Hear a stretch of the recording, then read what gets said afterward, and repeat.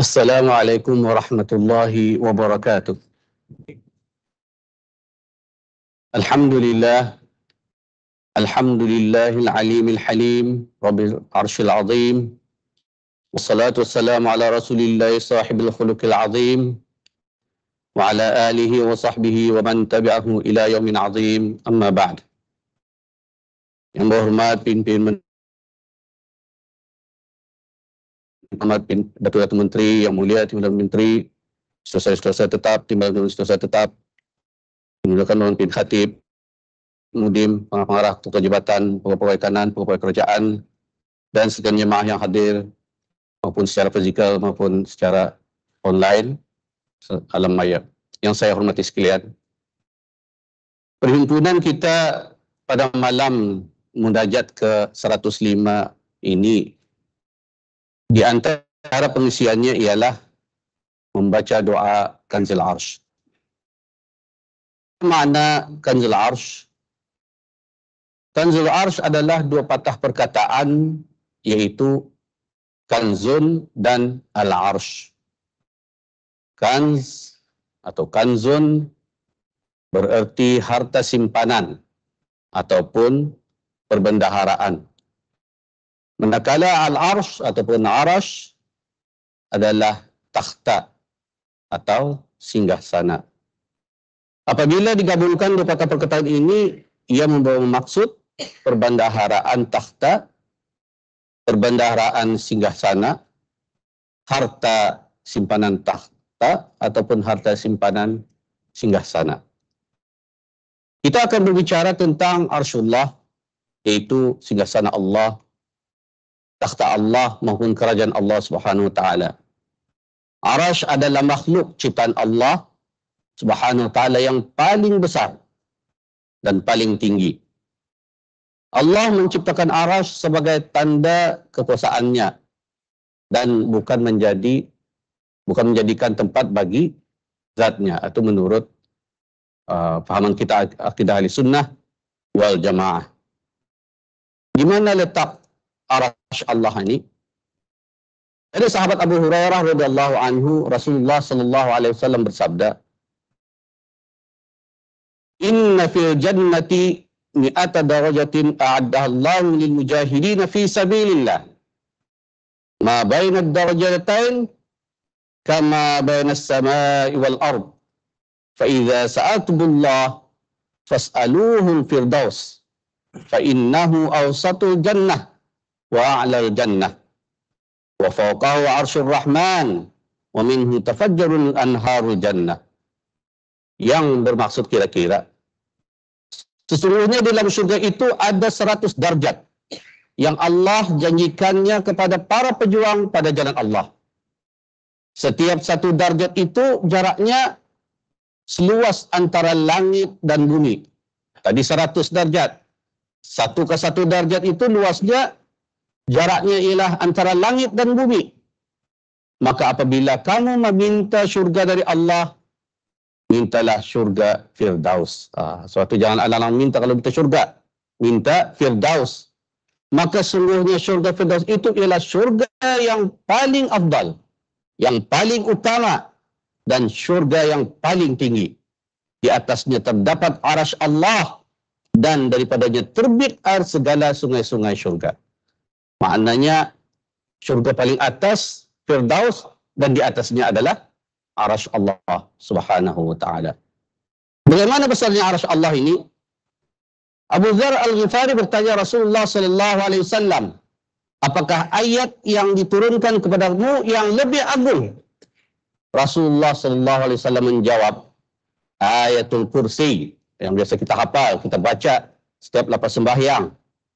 Kemudian Rasulullah sallallahu alaihi wasallam menjelaskan lagi, "Ya Abu Dzar, mas-samawati sab'u mal kursi illa ka halqatin mulqatin bi ardi falah wa fadlul 'arsy 'alal kursi ka fadlil falati 'alal halaqah." Maksudnya, tidaklah langit yang 7 itu dibandingkan dengan al-kursi, yakni kursi Allah Subhanahu wa taala, melainkan seperti sebentuk cincin yang tercampak di atas tanah kosong yang luas.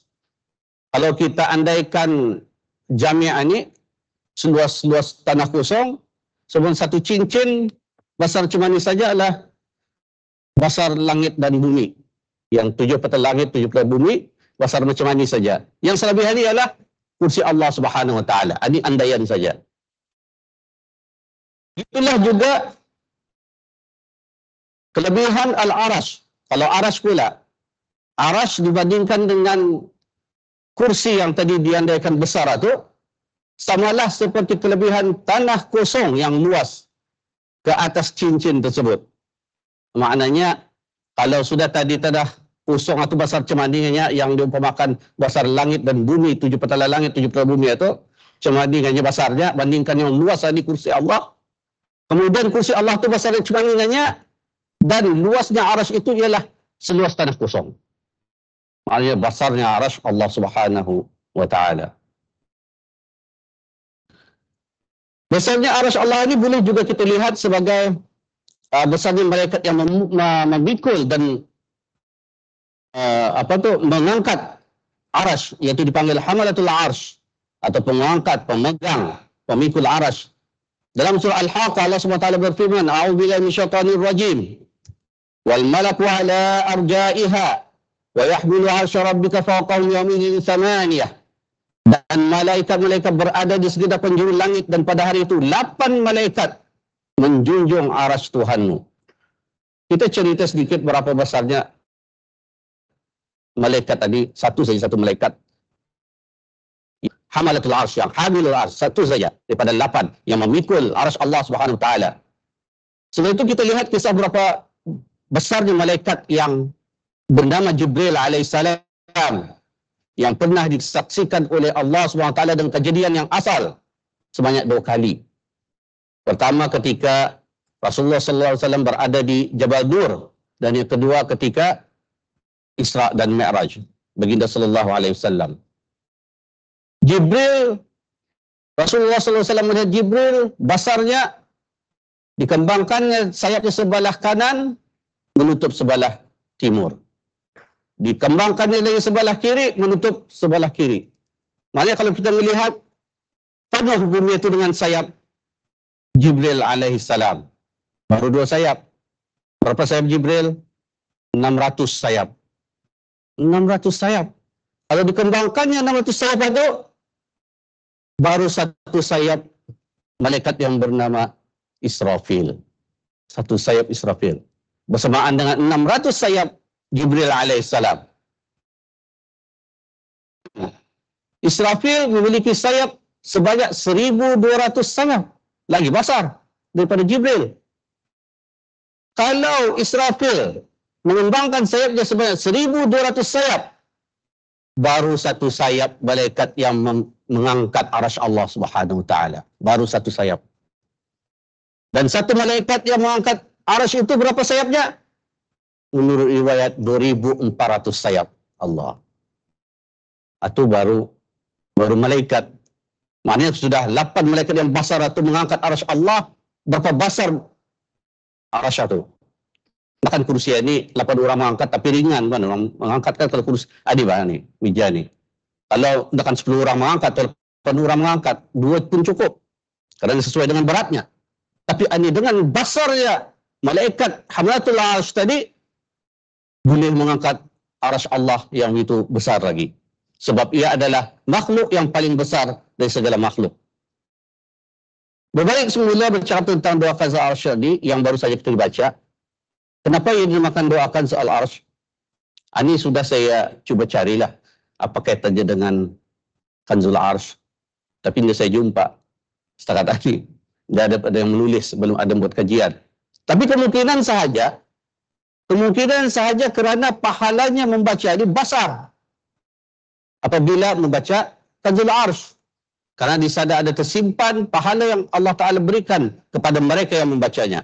Dan kemungkinan juga kerana di dalamnya tadi ada kita baca La ilaha illallah subhana rabbil arsyil azim. Wallahu a'lam bissawab. Doa Kanzul Arsh ini yang susunannya seperti yang baru saya tadi baca, bukanlah doa ma'thur. Maksudnya bukan bersumber daripada Al-Quran maupun hadis Nabi sallallahu alaihi wasallam. Tetapi ia adalah merupakan susunan dan karangan para ulama atau ahli zikir atau ahli tasawuf yang mengambil dari ayat Al-Quran dan hadis-hadis Rasulullah sallallahu alaihi wasallam dan disusun seperti yang kita baca ini. Ini biasa kita lihat di dulu Majmu' Syarifah Masa David. Tapi sekarang ini jarang lagi dia mengatakan. Sekarang alhamdulillah Tanya Lika keluarkan daripada Majmu' Syarifah dijadikan satu buku. Fatwa Mufti.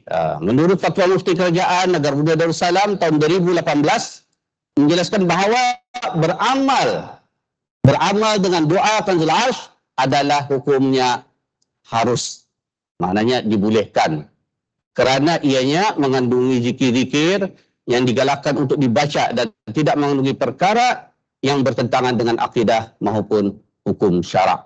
Maknanya ada masalah kalau kita beramalkan membaca doa Kanzul Arsh. Seperti yang kita maklum, doa Kanzul Arsh ini terkandung dalam kitab Majmu' Syarif yang saya tunjukkan tadi, buku kecil yang mengumpul beberapa surah-surah pilihan seperti Yasin ada dalamnya, surah Al-Kahfi, As-Sajdah dan lain-lain, dan juga ada doa dan zikir-zikir yang termasuklah doa Kanzul Arsh ada di dalamnya. Ia dimulakan dengan basmalah, kemudian diiringi dengan zikir tahlil, la ilaha illallah, dan tasbih yang diulang-ulang yang tadi baca banyak tadi tu. Zikir tahlil la ilaha illallah kalau diulang-ulang saya kira sebanyak 102 kali kita baca. Manakala kalimat tasbih sebanyak 94 kali. Zikir tahlil dan tasbih ini pula disambung dengan nama Allah yang terdiri daripada Asma'ullahil Husna.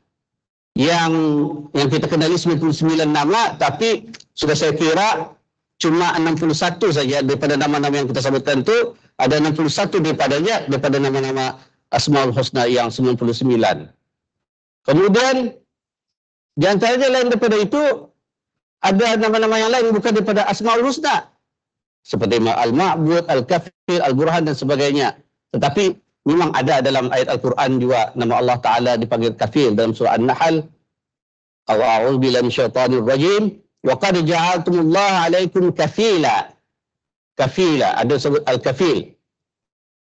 Dan seterusnya dari segi kelebihan membaca surah Al-Kahfi, membaca doa Kanzul Arsh ini, bolehlah kita baca di hujung. Setelah selesai itu ada yang sudah disusun mengenai kelebihan la ilaha illallah, kelebihan tasbih dan juga membaca doa Asmaul Husna.